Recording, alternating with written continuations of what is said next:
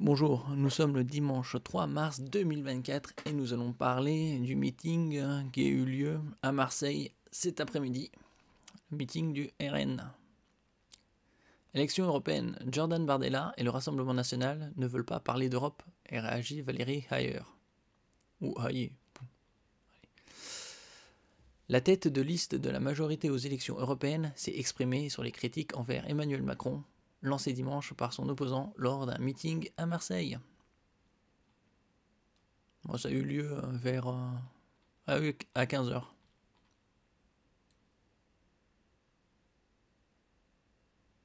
Bon, voilà. Ce qu'il faut savoir, Valérie Ayer riposte, invitée à BFM TV dimanche 3 mars, la tête de liste de Renaissance aux élections européennes a assuré que Jordan Bardella et le RN ne veulent pas parler d'Europe. Oui, enfin, c'est pas la priorité, d'abord, c'est le pays. Bon, c'est vrai que c'était par rapport aux élections européennes. Certes, une réaction aux critiques envers Emmanuel Macron formulée par Jordan Bardella, tête de liste du Rassemblement national aux européennes, lors de son meeting à Marseille. Ils sont là pour refaire le match de la présidentielle, a-t-elle ajouté. Suivez notre direct, ouais. Bon. Marine Le Pen et Jordan Bardella ciblent Emmanuel Macron lors d'un premier meeting de campagne. Le président du RN a accusé le chef de l'État et l'Union européenne de provoquer le grand effacement de la France lors de son meeting à Marseille. Juste avant, la chef de file des députés RN a, elle, accusé le président de la République de saper l'identité sociale de la France avec la réforme inique des retraites. Oui, bon, d'un autre côté, ils sont pas tort. Hein, parce que fait Emmanuel Macron pour le pays, pour la nation avec son plan de transition démographique. Bon, qu'est-ce que ça veut dire, transition? On transite, on passe d'un point A à un point B, ou d'une population A à une population B. Puis en 7 ans, le quoi qu'il en coûte, augmentation de quasi 50% de la dette nationale. Il fait beaucoup, hein, mais rien de positif pour le pays. Une manifestation contre le RN dans la cité phocéenne. Toujours le rappeler que c'est une cité phocéenne, hein. Ça fait classe. Avant le meeting du candidat RN, environ 600 manifestants ont battu le pavé à Marseille pour marquer leur opposition au parti d'extrême droite. Jordan Facho, oh là là, c'est Marseille, aura tapo, c'est un regard. Et en plus, Marseille aura tapo, c'est. On prend ça dans quel sens? C'est des menaces de mort ou encore Le Pen, Bardella, Marseille n'est pas à toi, ont-ils scandé dans les rues de la cité phocéenne. Oui, enfin, Marseille est quand même relativement gangrénée depuis quand même pas mal de décennies par le crime. Un peu plus qu'ailleurs. Raphaël Glucksmann, tête de liste socialiste aux européennes, cible l'extrême droite.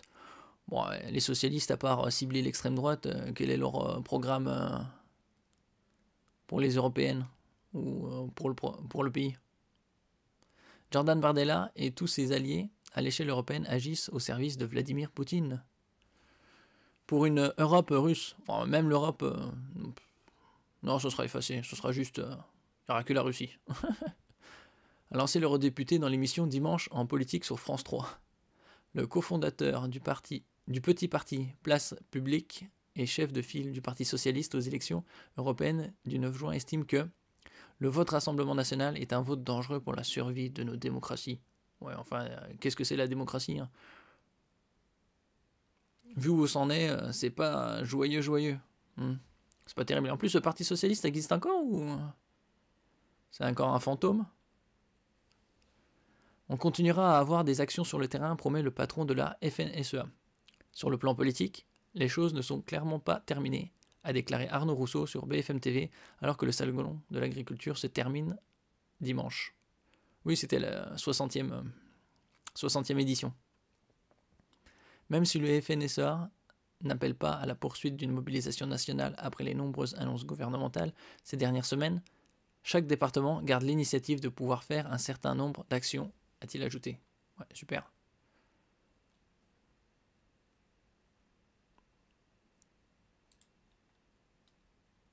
Alors, qu'est-ce qu'ils disent ici? La tête de liste européenne du RN Jordan Bardella cite Macron effaceur de la France.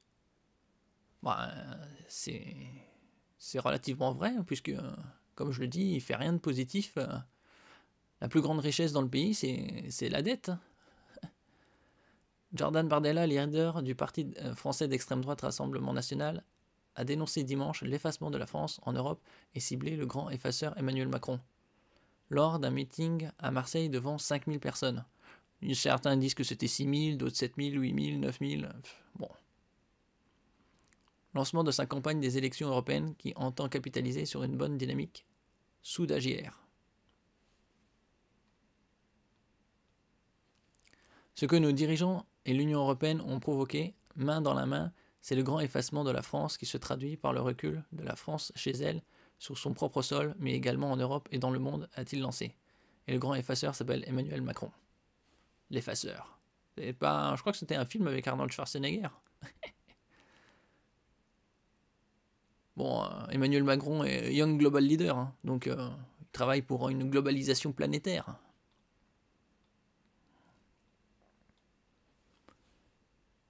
Le candidat âgé de 28 ans, ah oui, seulement 28 ans, hein, bien plus jeune que Emmanuel ou Gabriel, a assuré que le 9 juin devrait être le jour 1 de l'alternance, fidèle à la stratégie du parti qui entend faire des européennes une véritable élection de mi-mandat. Ah oui, ce sera exactement mi-mandat, puisque dans 3 ans, un peu moins de 3 ans, le 9 juin, ce sera les élections présidentielles vers avril-mai 2027. Il n'y a pas d'autre option que la victoire, a-t-il insisté. Ah oui, donc vont-ils réussir à passer ou ce sera encore un extrémiste? Ah, ils vont faire 49,9 et voilà. Marine Le Pen avait ouvert le meeting en dénonçant le cynisme. Ah oui, en parlant de Marine Le Pen, quand j'ai vu ce meeting et se présenter sur le podium, j'ai cru qu'à un moment elle avait été en nuisette tellement que c'était quand même court. Hein. Et les postures guerrières d'un président Macron en état de siège, face auquel le RN proposera une transition réfléchie et résolue, nationale et populaire. Mais oui, il faut penser au peuple. Hein. Qui donne le fuel au Rassemblement National? C'est les socialistes. Hein. À chaque fois, faire des promesses, ils les tiennent pas, ils échouent, et donc tout part de l'autre côté. Oh, c'est des tandems, hein. C'est la politique. Ils divisent la population et ils jouent avec. Marine Le Pen a par ailleurs confirmé sa présence sur la liste de son poulain, à la dernière place, symboliquement. Ce premier meeting a permis au RN d'éprouver un nouveau slogan, La France revient, sous-titré L'Europe revit. Clin d'œil à la formule de Ronald Reagan, America is back. Bon, bientôt, ils vont faire une formule équivalente à MAGA. Hein. Bon, ils sont en train de parler de ça, de faire revenir la France sur le devant de la scène internationale, parce qu'elle a été effacée un peu avec Macron. Ultra favori dans les sondages, 28 à 30% d'intention de vote, avec environ 10 points de plus que la liste Renaissance, Modem, Horizon. Ah oui, c'est une triple alliance là, c'est la Trinité. Là. Même avec ça, ils n'arrivent pas. Ils sont distancés de 10%. Jordan Bardella a une double ambition. Arriver en tête et faire au moins aussi bien qu'aux dernières européennes, 23,34%. Et vous allez voter aux européennes le 9 juin, bon, peu importe le parti, ou vous en avez rien à faire. Ou c'est comme les votes il y a 20 ans, c'était pour un vote pour rester dans l'Europe ou non. Majoritairement, c'était 55%, je crois. Quelque chose entre 51 et 55%. Non, et finalement, ouais, mais non, ça marche pas comme ça, on va refaire le vote finalement pour que ça passe oui. Européenne, l'écart se creuse entre le RN et Renaissance. C'est assez curieux parce que RN, Renaissance, c'est un peu pareil. Hein, parce que Renaissance, RN, RE et N, naissance. La popularité d'Attal en forte chute. Déjà, Attal, voilà, il n'a pas les épaules. Selon un sondage réalisé par Odoxa pour Public Sénat et la presse quotidienne régionale, 11 points séparent désormais le Rassemblement national, 30%, de la liste de la majorité présidentielle, 19%. Déjà, c'est assez étonnant que la liste de la majorité présidentielle fasse 19%. Hein. C'est quand même c'est un peu élevé. Même si ça reste bas en soi, mais il n'est pas très populaire, Manu. À gauche, la liste de Raphaël Glucksmann franchit la barre des 10%. La popularité de Gabriel Attal recule de 5%. Mais qui peut le soutenir, Gabi, hein? Il n'a pas fait grand-chose. Hein. Et dans ses speeches, c'est sans plus. À 3 mois et demi des élections européennes, la liste Renaissance et de ses alliés Modem et Horizon reste en mauvaise posture dans les enquêtes d'opinion. Enfin, les enquêtes d'opinion, il faut aussi être réaliste. Ces enquêtes ou ces sondages sont réalisés auprès de quelque chose comme 1000 et quelques personnes. Ça va pas au-delà de 5000. Hein. Donc, c'est une soi-disant auprès d'une population représentante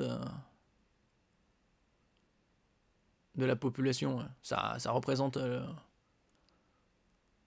l'échantillon du pays. Donc si vous avez 1000 personnes, une personne représente 67 000 quoi, en termes d'opinion.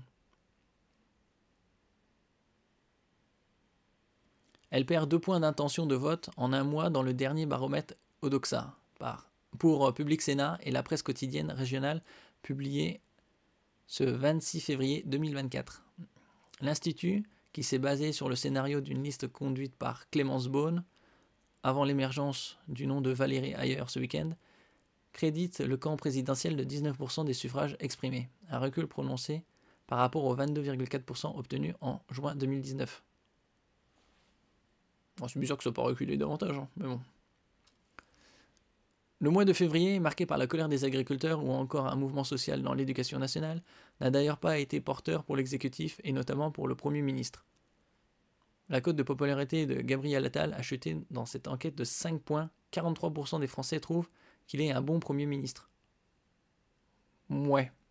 Déjà, comment peut-on dire que Gabriel Attal est un bon Premier ministre ? Il vient juste de commencer et il n'a rien fait. Emmanuel Macron se tient à 32% d'opinion favorable dans le baromètre. Ça veut dire en gros, une personne sur 3 dans le pays trouve qu'il est top ou qu'il est passable. Ça reste énorme. Hein. Le total des listes RN, Reconquête et Debout la France atteint 41%. Ah, il manque encore quelques pourcentages. Mais d'un autre côté, même la liste, même ces 3 partis qui représentent à peu près les mêmes idées ne sont pas unis. Donc, ça change pas grand-chose, quoi. En termes de dynamique électorale, à moins qu'ils se mettent d'accord et appellent à voter au RN, probablement parce que c'est eux qui ont le plus de probabilité de gagner. C'est eux qui représentent le plus de voix. Le Rassemblement national se maintient à un haut niveau d'intention de vote, 30%, malgré une légère érosion d'un point par rapport à l'étude de janvier. Oui, c'est fluctuant, quoi. Un point par-ci, un point par-là. La liste conduite par Jordan Bardella reste néanmoins largement en tête, accentuant son avance sur le compte présidentiel avec 11 points d'écart, 10 en janvier. Donc, ouais. On verra, il reste encore 2 mois, 3 mois. Attends, mars, avril, mai, oui, 3 mois.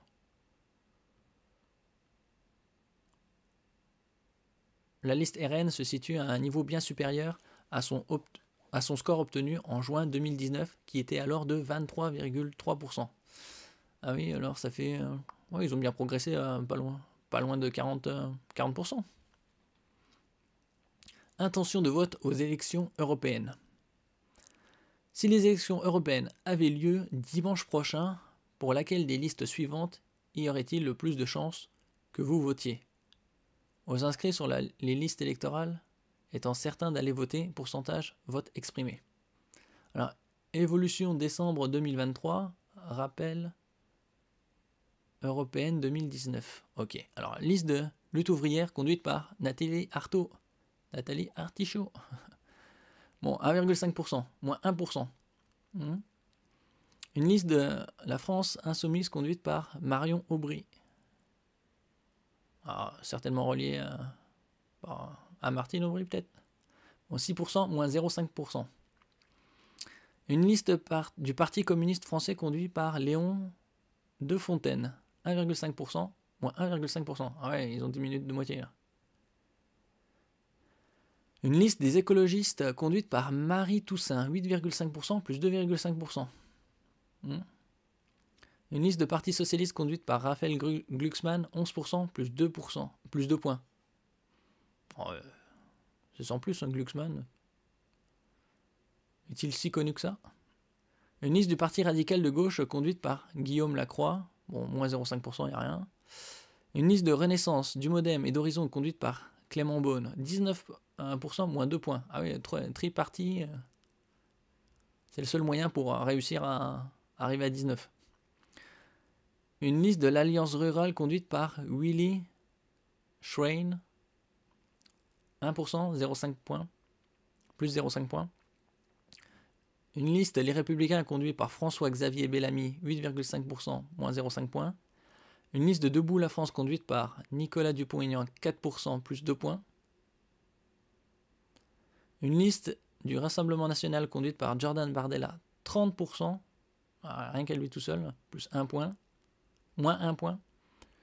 Une liste de Reconquête conduite par Marion Maréchal, 7%, plus 1 point. Donc ces trois-là, ça ferait 41, ouais. Une autre liste, 2%, moins 1 point. N'ont pas exprimé d'intention de vote, 25% quand même. 1 sur 4 n'a pas donné sa voix à qui que ce soit. Alors, le total des candidats d'extrême droite ou de tendance souverainiste a atteint désormais 41%. Ah oui, alors les autres, ils ne sont pas souverainistes.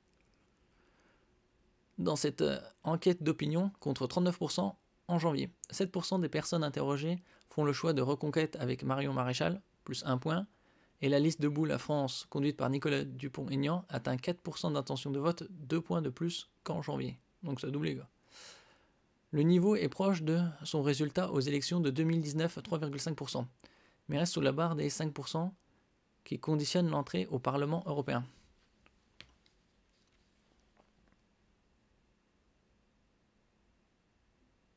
À droite, les campagnes des Républicains peinent à décoller pour le moment, puisque la liste de François-Xavier Bellamy recueille 8,5% d'intention de vote, moins 0,5 points, exactement le même niveau qu'il y a 5 ans.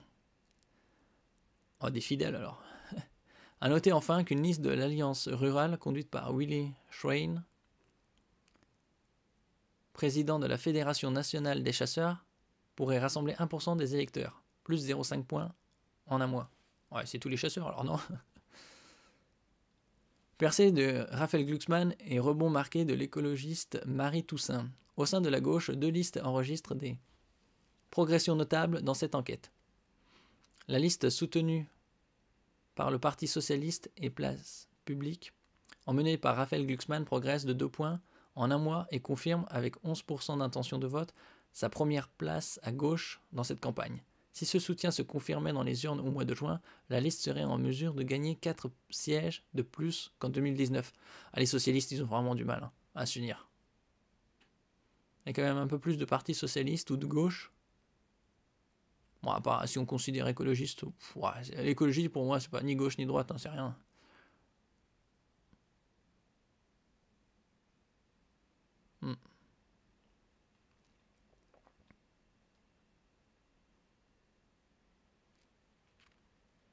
Cette percée s'observe également dans le palmarès des personnalités préférées chez les sympathisants de gauche. La cote d'adhésion de Raphaël Glucksmann progresse de 9 points, 38%, et se hisse au 4e rang, derrière Fabien Roussel. Bon, Fabien Roussel est quand même 47%. Bon, il est quand même bien plus connu que Raphaël Glucksmann. François Ruffin, 43%, et Jean-Luc Mélenchon, 40%. Ah ben Jean-Luc se fait vieux. Les écologistes de Marie Toussaint rebondissent en février avec 8,5% d'intention de vote, soit 2 points de plus, mais restent encore loin des 13,5% recueillis aux européennes de 2019. Si ce niveau se confirmait dans les urnes, le parti pourrait perdre 5 à 6% dans l'hémicycle européen.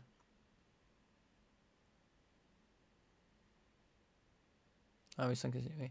La liste France insoumise de Manon Aubry vient ensuite avec 6% d'intention de vote, moins 0,5 points, soit peu ou prou son score obtenu en 2019, 6,3%. Les communistes, emmenés par Léon de Fontaine, tombent dans cette enquête à 1,5% d'intention de vote, moins 1,5 points, au niveau de lutte ouvrière.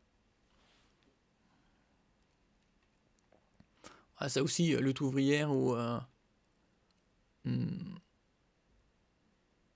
parti communiste, c'est plus ou moins kiff-kiff, non? Bon. Ouais, tous ces partis existent pour éclater, pour diffuser les votes.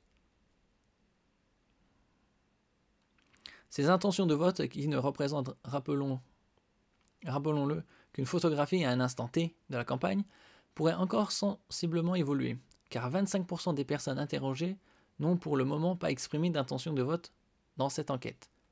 Oui, c'est peut-être des, comment ça s'appelle, des abstentionnistes. Ils n'iront peut-être pas voter. Ça... Parce que 75% de participation, ça a l'air élevé quand même. Bon, c'est peut-être, faut comparer aux autres élections présidentielles, élections européennes. Projection des résultats en nombre de sièges au Parlement européen. Répartition potentielle des 81 députés européens français et variation en comparaison à 2019, c'est-à-dire il y a 5 ans. En nombre de sièges, en comparaison aux 79 députés européens élus en 2019. Ça a progressé, il y a plus d'habitants, c'est peut-être ça? Méthode. Les députés français du Parlement européen sont élus au scrutin proportionnel plurinominal avec liste fermée et seuil électoral de 5% des suffrages exprimés dans une unique circonscription nationale. Les sièges sont répartis selon la méthode de la plus forte moyenne. Alors, France insoumise, siège 5. 5 sièges, moins 1. PS, 10 sièges plus 4. Écologiste, 7 à 8 sièges, moins 5 à 6. Renaissance, 17 sièges, moins 6. Les Républicains, 7 à 8 sièges, moins 1, où ça reste stable. Rassemblement national, 28 sièges, plus 5. Ça représente un gros morceau. Et Reconquête, 6 sièges, plus 6, non représentés en 2019.